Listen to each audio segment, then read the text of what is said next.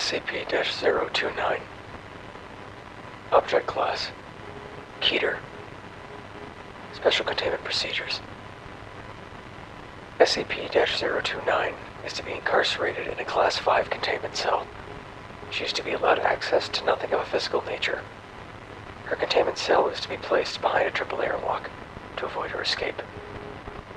As of Incident 029-34A, SCP-029 is no longer to be fed, as she does not appear to need sustenance to survive. There are to be 3 guards on duty at all times on her cell, and 2 guards on monitor duty. Floodlights have been installed in the walls of the containment chamber and are to be on at all times. Once a month the chamber is to be cleaned and checked for defects. Under absolutely no circumstances are any men to encounter SCP-029 in any manner. Any males who do encounter SCP-029 are to be held under Class 3 detention for interviewing before termination. SCP-029 has requested a bed, a blanket, books, clothes, all of which have been denied. This is ridiculous. The girl can't even have clothes. We are not animals. Let her cover herself. Dr. Erica Bodine. Dr. Bodine, you are granted permission to deliver clothes to SCP-029. Dr. Light. As of Incident 029-53B, anyone who has potential access to SCP-029 is required to first watch surveillance tape 029-Bodine. As a reminder of threats involved when working with SCP items, and SCP-029 in particular. SCP-029 appears to be a pubescent female of Asiatic Indian descent. She appears to suffer from alopecia universalis.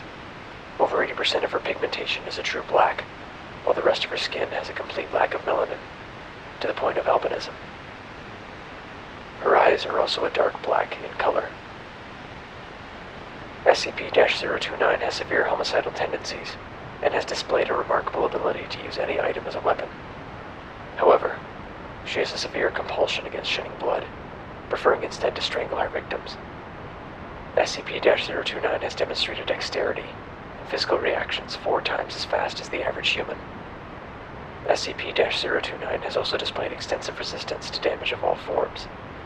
Both of these extra-human abilities are greatly hampered in the presence of bright or direct light, natural or artificial. In addition, any males who come within the presence of SCP-029, an area defined by her current perception, find themselves pliant to her will. Such males become willing to kill or even die for SCP-029. SCP-029 refers to herself as, which roughly translates to Daughter of Darkness, Daughter of Shadows, or Daughter of Night. Interviews with SCP-029 have proven difficult to conduct due to SCP-029's constant attempts to kill or convert all who speak with her. Over her years of captivity, the black patches on her skin have increased in size. SCP-029 was first brought to the Foundation's attention by an agent working in rural India. An attempt on his life led him to a small cult of men who claimed to be Thuggees, in service to the daughter. Several weeks of investigation proved that they believed the world to be in the last years of the Kali Yuga, and that by sacrificing 1 million lives to the Daughter of Darkness, they could raise their goddess and end the world. They also believed that only sacrifices performed through strangulation added to this tally. Events led the agent to their mountain fortress, where he discovered SCP-029. After the loss of said agent, which ended in our acquisition of SCP-029. Addendum. 7 years after capture, SCP-029 began showing anomalous growth in her black pigmentation.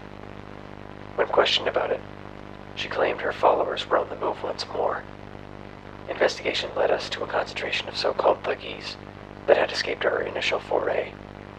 After discovering that all her followers were there for one of their holy days, a tactical airstrike was called in. When the first bomb dropped, SCP-029 awoke from slumber, screaming at the top of her lungs. SCP-029 continued to scream for the next 4 hours, ranting and raving that we were killing her people. Since said event, the growth of black pigmentation has stopped completely. Also since said event, SCP-029 has redoubled her efforts to escape.